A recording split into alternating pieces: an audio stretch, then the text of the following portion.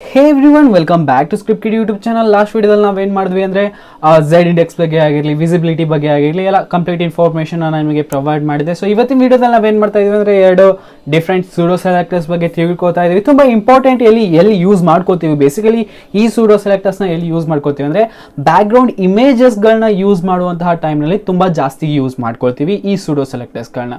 Background ಇಮೇಜ್ನ ನಾವು already add ಮಾಡೋದನ್ನು ಕಲ್ತಿದ್ದೀವಿ ಗುರು, ಮತ್ತೇನು ಹೊಸದಾಗಿ ಹೇಳ್ತಾ ಇದೆ ನೀನು ಅಂತಂದರೆ ಜಸ್ಟ್ ವೇಟ್ ಮಾಡಿ, ನಿಮಗೆ ಗೊತ್ತಾಗುತ್ತೆ ಏನು ಡಿಫ್ರೆನ್ಸ್ ಇದೆ ಈ ಸೂಡೋ ಸೆಲೆಕ್ಟರ್ಸ್ನ ಯೂಸ್ ಮಾಡ್ಕೊಂಬಿಟ್ಟು ನಾವು ಬ್ಯಾಕ್ಗ್ರೌಂಡ್ ಇಮೇಜಸ್ನ ಆ್ಯಡ್ ಮಾಡೋದಕ್ಕೆ, ಆಮೇಲೆ ಬೇರೆ ರೀತಿ ನಾವೇನು ಡೈರೆಕ್ಟ್ ಆ್ಯಡ್ ಮಾಡ್ತಾ ಇದೀವೋ ಆ ರೀತಿ ಆ್ಯಡ್ ಮಾಡೋದ್ರಲ್ಲಿ ಏನು ಡಿಫ್ರೆನ್ಸ್ ಇದೆ ಅಂತ ತಿಳ್ಕೊಳ್ಳೋಣ. Okay, so without wasting any time start ಮಾಡೋಣ. Let's get started.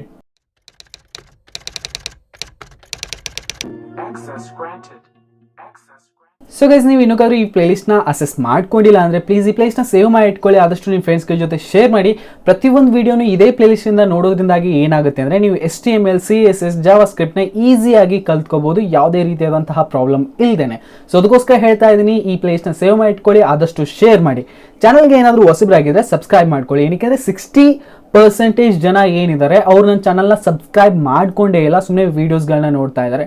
Okay, so at least ವೀಡಿಯೋಸ್ಗಳನ್ನ ನೋಡ್ತಾ ಇದ್ದೀರಿ ಅಂದರೆ ಸ್ವಲ್ಪ ಸಪೋರ್ಟ್ ತೋರಿಸಿ, ಸಬ್ಸ್ಕ್ರೈಬ್ ಮಾಡ್ಕೊಳ್ಳಿ. ಓಕೆ, ಸೊ ಅದನ್ನ ಬಿಟ್ಟರೆ ಇವಾಗ ಏನು ಮಾಡ್ಕೊಳ್ಳೋಣ ಅಂತಂದರೆ ನಾವು HTMLನಲ್ಲಿ ಏನು ಮಾಡ್ತೀನಿ, ಒಂದು ಹೊಸ ಟೆಂಪ್ಲೇಟ್ನ ರೆಡಿ ಮಾಡ್ಕೊಳ್ತೀನಿ. ಓಕೆ, ಸೊ ಹೊಸ ಟೆಂಪ್ಲೇಟ್ನ ರೆಡಿ ಮಾಡ್ಕೊಂಬಿಟ್ಟು ಇದರೊಳಗಡೆ ಏನು ಕೊಡೋಣ ಅಂತಂದರೆ ಇದೊಂದು ಹೆಡರ್ನ ಕೊಡೋಣ. ಓಕೆ, ಸೊ ಹೆಡರ್ ಅಂತ ಕೊಟ್ಬಿಟ್ಟು ಏನು ಮಾಡ್ತೀನಿ, ಹೆಡರ್ಗೆ ಒಂದು ಕ್ಲಾಸ್ನ ಕೂಡ ಕೊಡಬೇಕಾಗಿತ್ತು, HEADER ಹೆಡರ್. ಓಕೆ, ಸೊ ಇದಕ್ಕೆ ಕ್ಲಾಸ್ ಏನಂತ ಕೊಡ್ತೀನಿ, ಅದಕ್ಕೂ ಕೂಡ ಹೆಡರ್, ಆಮೇಲೆ ID ಏನು ಕೊಡೋಣ, HEADER ಹೆಡರ್ ಅಂತ ಕೊಟ್ಬಿಟ್ಟು ಎಂಟರ್ ಕೊಟ್ಟೆ, ಸೇವ್ ಕೊಟ್ಟೆ. ಓಕೆ, ಇದರೊಳಗಡೆ ಏನು ಮಾಡ್ತೀನಿ, ಮತ್ತೊಂದು H1ನ ಯೂಸ್ ಮಾಡ್ಕೊಳ್ತೀನಿ. ಓಕೆ, ಸೊ ಇಲ್ಲಿ ಏನಂತ ಬರೆಯೋಣ, I am HEADER header. Okay, I am header ಅಂತ ಕೊಟ್ಟಿದ್ದೀವಿ.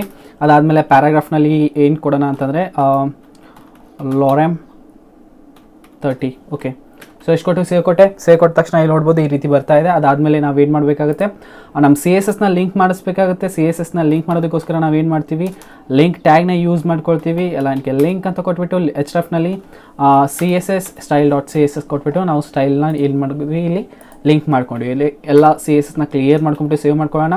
ಅದಾದಮೇಲೆ ಇವಾಗ ಏನು ಟಾರ್ಗೆಟ್ ಮಾಡಬೇಕಾಗಿದೆ, ಬೇಸಿಕಲ್ ನಾನು ಹೆಡರ್ನ ಟಾರ್ಗೆಟ್ ಮಾಡಬೇಕಾಗಿದೆ, ರೈಟ್. ಸೊ ಹೆಡರ್ನ ಟಾರ್ಗೆಟ್ ಮಾಡೋದಕ್ಕೋಸ್ಕರ ನಾನು ಏನು ಮಾಡಬೇಕು ಅಂದರೆ ಟಾರ್ಗೆಟ್ ಮಾಡಿಬಿಟ್ಟು ಇವಾಗ ನಾನು ಏನು ಮಾಡಬೇಕಾಗಿದೆ, ನನ್ನ ಬಾಡಿನಲ್ಲಿ ಏನು ಮಾಡಬೇಕಾಗಿದೆ, ಒಂದು ಬ್ಯಾಕ್ಗ್ರೌಂಡ್ ಇಮೇಜ್ನ ಆ್ಯಡ್ ಮಾಡಬೇಕಾಗಿದೆ ಅಂತ ಇಟ್ಕೊಳ್ಳೋಣ. ಸೊ ಫಸ್ಟ್ ಆಫ್ ಆಲ್ ಹೆಡರ್ನ ಟಾರ್ಗೆಟ್ ಮಾಡ್ಕೊಂಡ್ಬಿಟ್ಟು ಇದನ್ನ ಸ್ವಲ್ಪ ಏನು ಮಾಡ್ಕೊಳ್ಳೋಣ, CSS ಕೊಡೋಣ ಇದಕ್ಕೆ. ಓಕೆ, HEADER ಹೆಡರ್ ಅಂತ ಕೊಟ್ಬಿಟ್ಟು ಇದಕ್ಕೆ ಏನು ಮಾಡ್ತೀನಿ, ನಾನು ಫಸ್ಟ್ ಆಫ್ ಆಲ್ ಟೆಕ್ಸ್ಟ್ ಅಲೈನ್ನ ಸೆಂಟರ್ ಮಾಡ್ಕೊಳ್ತೀನಿ. ಓಕೆ, ಸೊ ಇದು ಸೆಂಟರ್ನಲ್ಲಿ ಬರುತ್ತೆ. ಅದಾದಮೇಲೆ ಇದಕ್ಕೊಂದು ಬಾರ್ಡರ್ನ ಕೊಡ್ತೀನಿ. ಓಕೆ, ಬಾರ್ಡರ್ ಬಾರ್ಡರ್ ಅಂತ ಕೊಟ್ಬಿಟ್ಟು ಏನು ಕೊಡೋಣ, 2 ಪಿಕ್ಸೆಲ್ ಸಾಲಿಡ್ ಬ್ಲ್ಯಾಕ್ ಕೊಡೋಣ. ಓಕೆ, ಸೇವ್ ಕೊಟ್ಟೆ, ಸಾಲಿಡ್ ಬ್ಲ್ಯಾಕ್ ಸಿಕ್ತು ಇಲ್ಲಿ. ಅದಾದಮೇಲೆ ಏನು ಕೊಡೋದಿದೆ, ನಥಿಂಗ್. ಅದನ್ನು ಬಿಟ್ಟರೆ ಮತ್ತೇನು ನಾನು ಇಲ್ಲಿ ಪ್ರೊವೈಡ್ ಮಾಡ್ತಾ ಇಲ್ಲ ಪ್ರೆಸೆಂಟ್ಲಿ ಇದಕ್ಕೆ.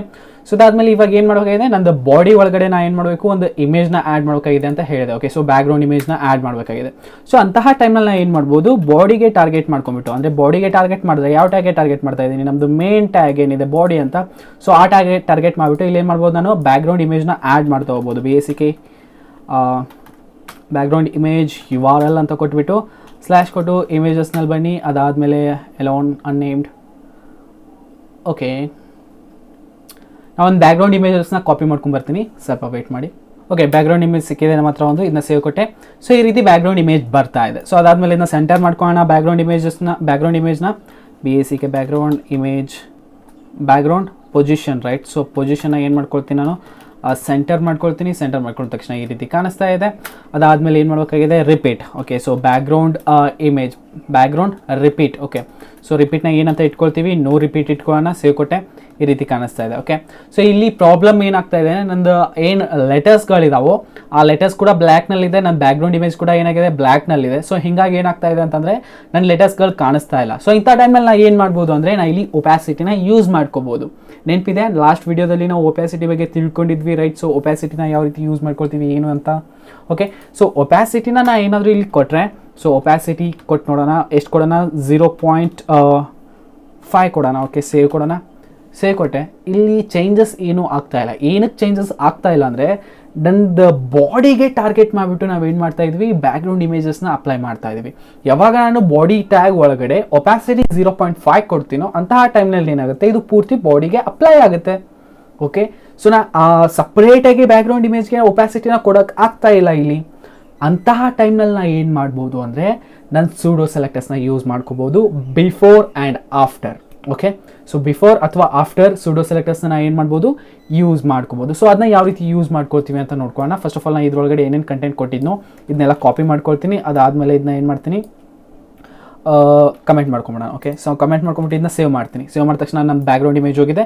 So before and after pseudo ಸೆಲೆಕ್ಟರ್ಸ್ನ ಯಾವ ರೀತಿ ಯೂಸ್ ಮಾಡೋದು ಅಂದರೆ, ಬಿಫೋರ್ ಸೂಡೋ ಸೆಲೆಕ್ಟರ್ ಯಾವ ರೀತಿ ಯೂಸ್ ಮಾಡ್ತೀವಿ ಅಂತ ಫಸ್ಟ್ ಆಫ್ ಆಲ್ ನೋಡ್ಕೊಳ್ಳೋಣ. ಹೆಡರ್ಗಿಂತ ಮುಂಚೆ ನಾನು ಯೂಸ್ ಮಾಡ್ಕೊಳ್ತಾ ಇದ್ದೀನಿ ಸೂಡೋ ಸೆಲೆಕ್ಟರ್. ಆಮೇಲೆ ಇಲ್ಲಿ ಕೋಲನ್ ಕೊಟ್ಬಿಟ್ಟು ಏನು ಕೊಡ್ತೀನಿ, ಬಿಫೋರ್ ಅಂತ ಕೊಡ್ತೀನಿ. ಓಕೆ, ಬಿಫೋರ್ ಅಂತ ಕೊಟ್ಬಿಟ್ಟು ಏನು ಮಾಡ್ತೀನಿ, ಇಲ್ಲಿ ಏನು ಮಾಡಿದೆ, ಫ್ಲವರ್ ಬ್ರಾಕೆಟ್ ಕೊಟ್ಬಿಟ್ಟು ಬ್ರಾಕೆಟ್ಸ್ನ ಓಪನ್ ಮಾಡ್ಕೊಂಡೆ.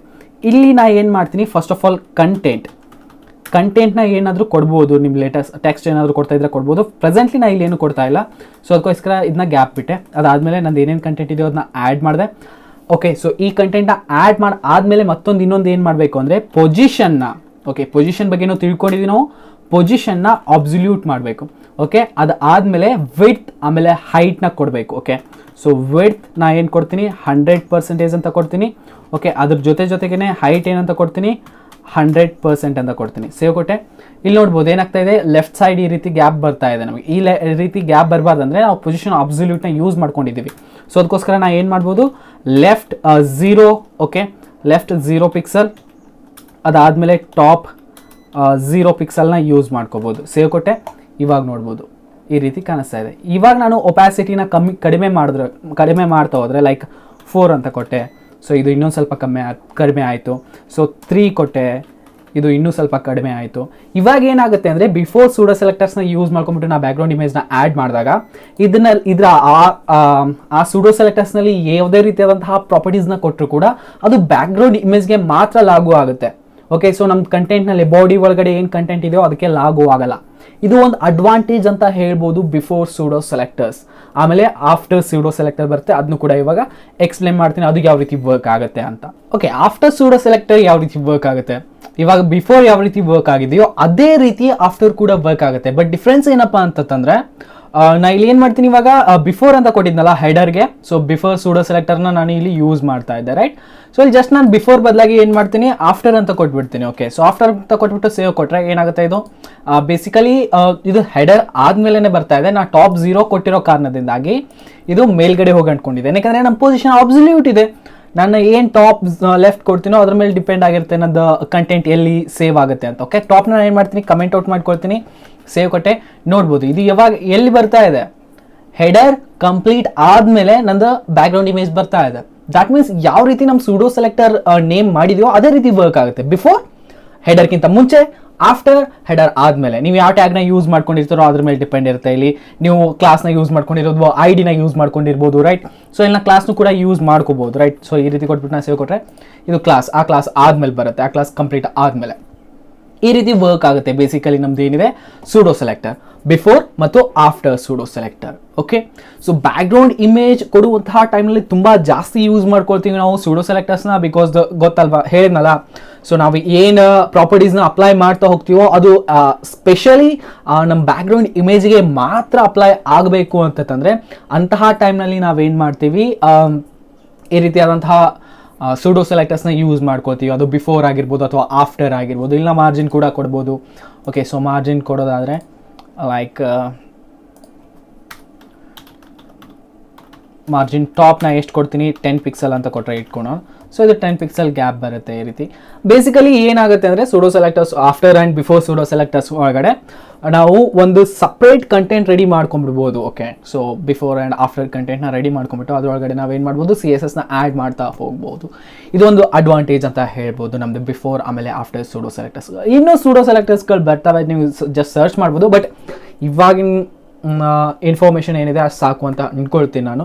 ನೀವು ಮುಂದೆ ಎಕ್ಸ್ಪ್ಲೋರ್ ಮಾಡ್ತಿರಲ್ಲ ವೆಬ್ಸೈಟ್ ಡೆವಲಪ್ಮೆಂಟ್ ಮಾಡುವಂತಹ ಟೈಮಲ್ಲಿ ಈ ರೀತಿ ಆಗಿದ್ದರೆ ತುಂಬ ಚೆನ್ನಾಗಿರ್ತಿತ್ತು ಅಂತ ಒಂದ್ಸತಿ ಸರ್ಚ್ ಮಾಡಿ ನೋಡೋದಪ್ಪ, ಯೂಟ್ಯೂಬ್ನಲ್ಲೇ ಆಗಿರಲಿ ಅಥವಾ ಗೂಗಲ್ನಲ್ಲೇ ಆಗಿರಲಿ, ಅದಕ್ಕೆ ಏನಾದರೂ ಒಂದು ಸೊಲ್ಯೂಷನ್ ಸಿಗುತ್ತೆ. ಓಕೆ, ಸೊ ನೀವು ಯಾವ ಟೈಮಲ್ಲಿ ನೀವೇ ಖುದ್ದಾದಂತಹ ವೆಬ್ಸೈಟ್ನ ರೆಡಿ ಮಾಡ್ತಿರ್ತೀರೋ ಅಂತಹ ಟೈಮ್ನಲ್ಲಿ ಹೇಳ್ತಾ ಇದ್ದೀನಿ. Okay, so that's it for today. Video ಎಷ್ಟಾಗಿದ್ರೆ ಲೈಕ್ ಮಾಡಿ, ನಿಮ್ಮ ಫ್ರೆಂಡ್ಸ್ಗಳ ಜೊತೆ ಶೇರ್ ಮಾಡಿ. ಸಿಗೋಣ ನೆಕ್ಸ್ಟ್ ವಿಡಿಯೋದಲ್ಲಿ. ಅಲ್ಲಿವರೆಗೂ ವಿಡಿಯೋಸ್ಗಳನ್ನ ನೋಡ್ತಾರೆ, ಎಂಜಾಯ್ ಮಾಡ್ತಾರೆ, ಕಲಿಸ್ತಾರೆ. ಜೈ ಹಿಂದ್, ವಂದೇ ಮಾತರಂ.